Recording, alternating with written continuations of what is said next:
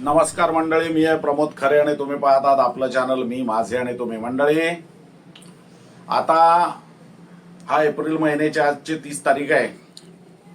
अजून 1 महिन्याने शेतीची कामं सुरू होतील. हल्ली कोकणामध्ये शेतकऱ्याला मनुष्यबळ मिळणं कठीण आहे, पण आमच्या लहानपणी आमच्या दाराशी गडी माणसं भरपूर असायची. लावणीच्या हंगामामध्ये त्यांच्यासाठी आता साधी गोष्ट आहे की दाराशी गडी आला की सकाळी त्याला चहा आणि नाश्ता द्यायला लागायचा, दुपारचं जेवण आणि दुपारी 3 वाजताच्या दुपारात चहा परत एकदा, असं देऊन वरती मजुरी द्यायला लागायची. तर आमच्याकडे काय होतं, जेवण जे असायचं ते आमचं भटजींचं जेवण म्हणजे गोड जेवण. त्यांना ते काय आवडायचं नाही. त्यामुळे मग त्यांचं जेवण आम्ही सांगायचो की तुम्ही तुमच्यापैकी एकाने कुणीतरी तुमचं जेवण बनवा आणि साहित्य सगळं आम्ही द्यायचो. तर आमच्याकडे एक कामाला होती स्त्री, तिचं नाव सावित्री. तर त्या सावित्रीला म्हणजे तिच्याबद्दलची एक आठवण अशी आहे की तिला गाव नकोशी म्हणायचं. आता नकोशी का, तर गावात अशी समजूत होती की हिचं सकाळी तोंड बघितलं की हा दिवस वाईट जातो, त्यामुळे तिला सगळेजण नकोशी म्हणायचे. अर्थात तिला त्याचं काही वाटायचं नाही आणि तोंडावर तिच्या कोणी तिला नकोशी म्हणायचं नाही, पण त्यामुळे ती काय करायची, ती साधारणपणाने उशिराच घराबाहेर पडायची कामाला येताना. तर त्यामुळे ती आमच्याकडे साधारण 9:30-10च्या सुमारास आली की आम्ही तिला सांगायचो की बाई सावित्री, बाकीची कामं कर, त्याच्या बरोबरीने या गाड्यांसाठी आणि तुमच्यासाठी जेवण कर आणि दुपारनंतर शेतावर जा. तर ती त्यावेळेला, आता त्यावेळेला काय भाज्या बिज्या नव्हत्या, त्यामुळे उसळ म्हणा किंवा कांदा बटाटा रस्सा, 3 आणे किलो कांदे होते त्यावेळेला आणि 4 आणे किलो बटाटे. त्यामुळे कांदा बटाटा रस्सा किंवा मग आता ह्या उसळी हरभरा म्हणा किंवा हिरवा वाटाणा म्हणा, त्याच उसळी. तर आता ती जे उसळ करायची ती भयंकर सणसणीत असायची आणि गरम मसाला वगैरे असा लावून, आणि आम्हाला ती आवडायची. आम्हाला आजीच्या धाकामुळे चोरून खायला लागायची. आमचा एक मामा होता, आता नाही तो, राजा मामा म्हणून, तो मात्र त्यांच्यातच जाऊन भात आणि उसळ हाणायचा.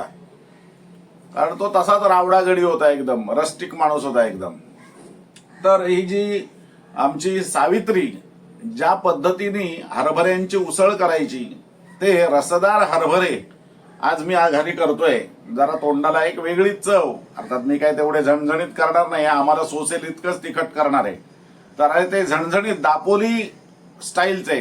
दापोलीला आता लक्षात घ्या, दापोलीचा गरम मसाला, दापोली स्टाईलचा जो हा गरम मसाला आहे हा थोडा वेगळा आहे. हा आमच्या सौभाग्यवतीने थोडासा वानगी दाखल घरी केलेला आहे आत्ता, तर तो मी वापरणार आहे याच्यामध्ये. त्याच्यामध्ये काय आहे वगैरे ते मी तुम्हाला सांगत बसत नाहीये. तर त्याच्यासाठी आपण आता हे कांदे, आता हा कांदा जो आहे, हा कांदा आपल्याला भाजून घ्यायचा आहे. तर आमच्याकडे काय पूर्वी चूल असायची, मागीलदारी पडवी जी असायची, त्या पडवीमध्ये ती स्वयंपाक करायची. त्यामुळे हेच कांदे सरळ चुलीत टाकले जायचे. आता हे मी एवढा एक खोबऱ्याचा तुकडा घेतलाय, हा खोबऱ्याचा तुकडा देखील चुलीत टाकला जायचा. आता लक्षात ठेवा, खोबरं भाजताना ही बाजू जी आहे, ही बाजू आपल्याला अग्नीवरती ज्वाळेवर ठेवायची आहे. कारण ही जर ठेवली तर ही पटकन जळून जाईल. हा जो भाग आहे ह्याला आग लागायला वेळ लागतो आणि मग ही खालून ही उष्णता वरती मिळाली की हे सगळं व्यवस्थित भाजलं जातं. तेव्हा बघा, आता आमच्याकडे काय इथे आत्ता मुंबईच्या किचनमध्ये चूल नाहीये, तर मी कांदे कसे ठेवतोय मागे एकदा मी दाखवलं होतं. हे बघा, या पद्धतीनं कापायचे, हे असे या पद्धतीनं हा कांदा चिरायचा.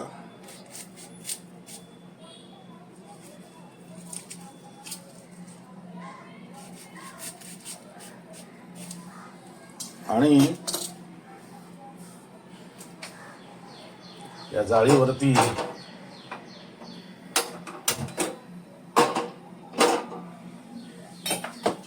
हा कांदा हा असा उलटा ठेवायचा आहे, म्हणजे तळापर्यंत संपूर्ण आतपर्यंत त्याची धग जाईल.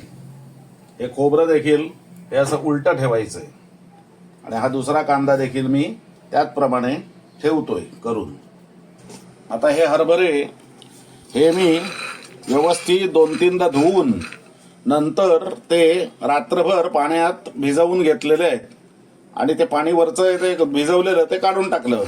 आणि आता हे हरभरे जे आहेत या हरभऱ्यामध्ये मी थोडंसं मीठ घातलंय, एक अर्धा चमचा, आणि त्याच्यामध्ये ते हरभरे बुडतील एवढं पाणी घालून ते आता मी या कुकरला लावणार आहे.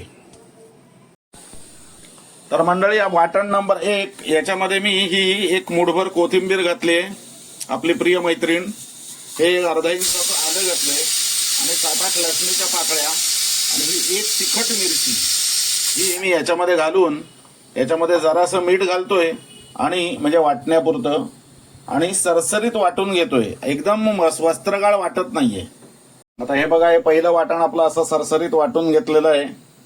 आता हे दुसरं वाटण, आपण जे 2 कांदे ठेवले होते ते कांदे भाजलेत व्यवस्थित आणि खोबरं हे बारीक करून घेतलेलं आहे आणि आता ते आपण बारीक म्हणजे वस्त्रगाळ वाटणार आहोत. पूर्वी पाट्यावर वाटलं जायचं गावाकडे, आता गावाकडे सुद्धा मिक्सर आलेले आहेत आणि पाटा वरवंटा नावाची गोष्टच आता दिसत नाही. वरवंटा नावाची गोष्ट ही फक्त फूड ब्लॉगरच्या फूड ब्लॉग्स मधून दिसते. ती सुद्धा सुरुवातीला ते वाटण्याचं नाटक करतात आणि नंतर मिक्सर मधून काढतात, असा आपला एक माझा अंदाज हो. जे खरोखर जे वाटत असतील त्याने वाटावं, माझं काही म्हणणं नाही त्याबद्दल. तर मंडळी, आता तुमच्या लक्षात येईल बघा, हे आपले चणे म्हणजेच हरभरे हे व्यवस्थित असे शिजलेले आहेत. आता आपलं तिसरं वाटण ते म्हणजे या हरभऱ्याच्या उसळीला थोडी बॉडी हवी, म्हणजे शरीर प्राप्त व्हावं, यासाठी हे थोडेसे हरभरे एक डाव मी यातनं मिक्सर मधून वाटून घेतोय. आता पूर्वीच्या काळी सगळं पाट्यावर वरवंट्यावर असायचं. आता मी हे जे एवढं वाटणं तुम्हाला दाखवतोय, तर ही वाटणं आमची सावित्री एवढं करत बसायची नाही. ती सगळी आलं, लसूण, मिरची, कोथिंबीर, भाजलेला कांदा, भाजलेलं खोबरं असं सगळं एकदम पाट्यावर घेऊन एकदमच वाटण करायची, कारण तिच्याजवळ तेवढा वेळ नसायचा. आपण आता मुंबईत आहोत, आपल्याकडे भरपूर वेळ आहे. मी आता रिटायर माणूस आहे, त्यामुळे मी हे सगळे उद्योग करतोय. तेव्हा आता हे आपण वाटून घेऊया. इकडे मी तेल तापत ठेवलेलं आहे.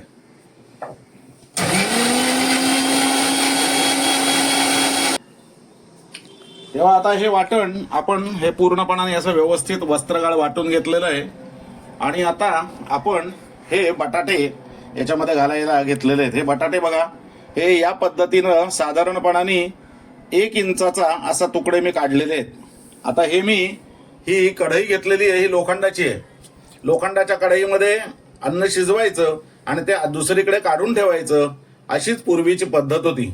आमच्या लहानपणी आमच्या घरी सगळी लोखंडाचीच भांडी असायची आणि तांबे पितळेची, त्यांना कलई लावलेली. आता कलई लावायला एक साधारण पातेल्याला 450 रुपये लागतात. तेव्हा आता हे मी बटाटे हे मी इथे तळून घेतोय.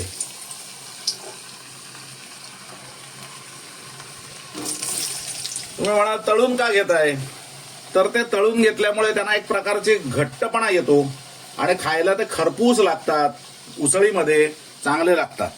आता मंडळी, तुम्ही म्हणाल की तुम्ही सांगताय मारे अगदी दापोलीच्या गावातली हे पदार्थ आणि करताय मात्र एकदम वेगळ्याच पद्धतीनं. तर मंडळी, कसं असतंय, दापोली तालुक्यातल्या एका गावंढ्या गावातल्या, आता ते गावंढ नाही राहिलंय, आता चांगलं मोठ्या थोडंसं शहरासारखं झालंय, तर त्या गावातल्या एका घरातल्या पडवीतल्या चुलीवरून ज्या वेळेला ही रेसिपी मुंबईमध्ये 50 वर्षांनी एका किचन मध्ये येते, त्यावेळेला तिला एक सोफिस्टिकेटेड रूप मिळतं आणि तेच रूप मी तुमच्या समोर ठेवतोय. रस्टिकपणा हा माझा नॉस्टॅल्जिया आहे, माझं स्मरणरंजन आहे, लक्षात ठेवा. तर मंडळी, हे बघा, आता हे बटाटे हे साधारणपणाने गुलाबी झालेले आहेत, म्हणजे हे 80% आपले शिजलेले आहेत. आता हे बाहेर काढायचे आणि याच तेलामध्ये आपण आता पुढची कृती करायची आहे.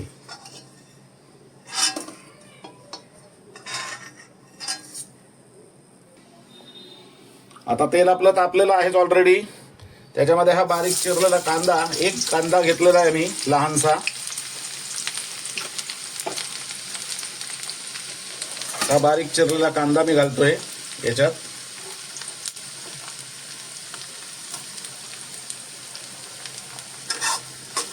दरदरीत केलेली ही मी आलं लसणाची पेस्ट आतमध्ये घालतोय.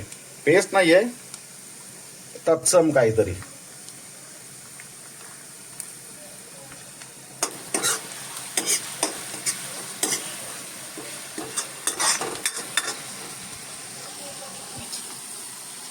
हे आलं लसणाचे पेस्ट हिचं आपल्याला कच्चेपणा मोडलेला आहे. आता याच्यामध्ये मी हा एक टोमॅटो घालतोय आतमध्ये, एक टोमॅटो घालतोय.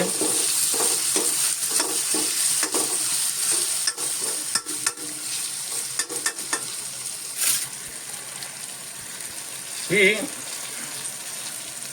धणे आणि जिऱ्याची पूड घालायची आहे. एक चमचा भरून घातलेली आहे मी. धणे आणि जिरं एकत्र आहे ते.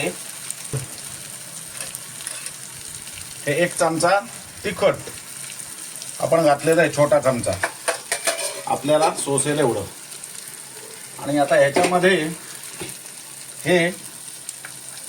हा आपला गरम मसाला, हा दापोली स्टाईलचा गरम मसाला आहे, हा घरी केलेला आहे. हा थोडासा मी वरतून स्प्रिंकल करायला ठेवतोय.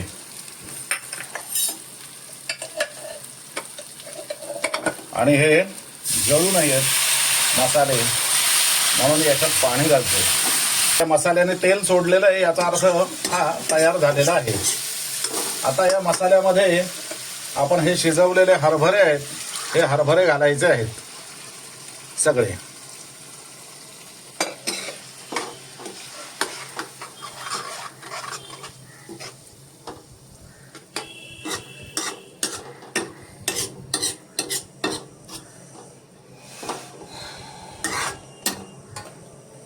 गॅस करायचा आहे मोठा.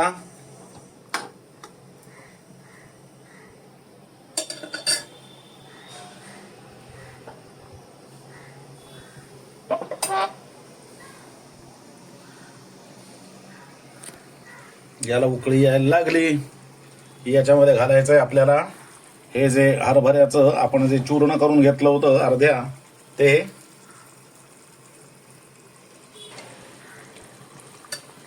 आता याला व्यवस्थित उकळी यायला लागली की याच्यामध्ये या उसळीत आपल्याला जेवढं पाहिजे तेवढं गरम पाणी घालायचं आहे. हे बघा, हे मी गरम पाणी घातलंय. या मिश्रणाला उकळी आलेली आहे. आता त्याच्यामध्ये आपण हे कांदा खोबऱ्याचं जे वाटण घेतलं होतं, हे वाटण याच्यामध्ये आपण घालणार आहोत.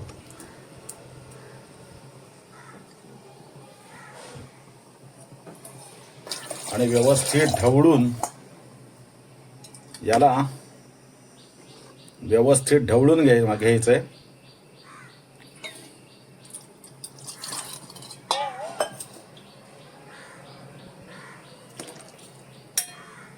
आणि पुन्हा एकदा उकळी आली की याच्यामध्ये आपण हे शिजवलेले म्हणजे तळलेले बटाटे हे याच्यामध्ये घालायचे आहेत.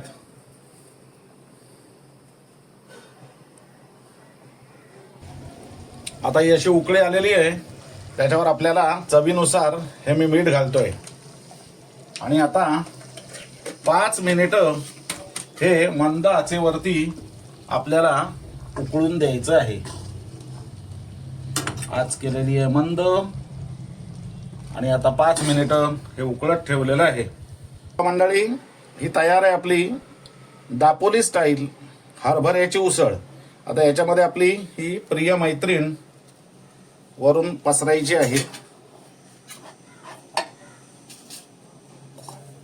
आणि आता मी तुम्हाला ही प्लेटमध्ये काढून दाखवतो.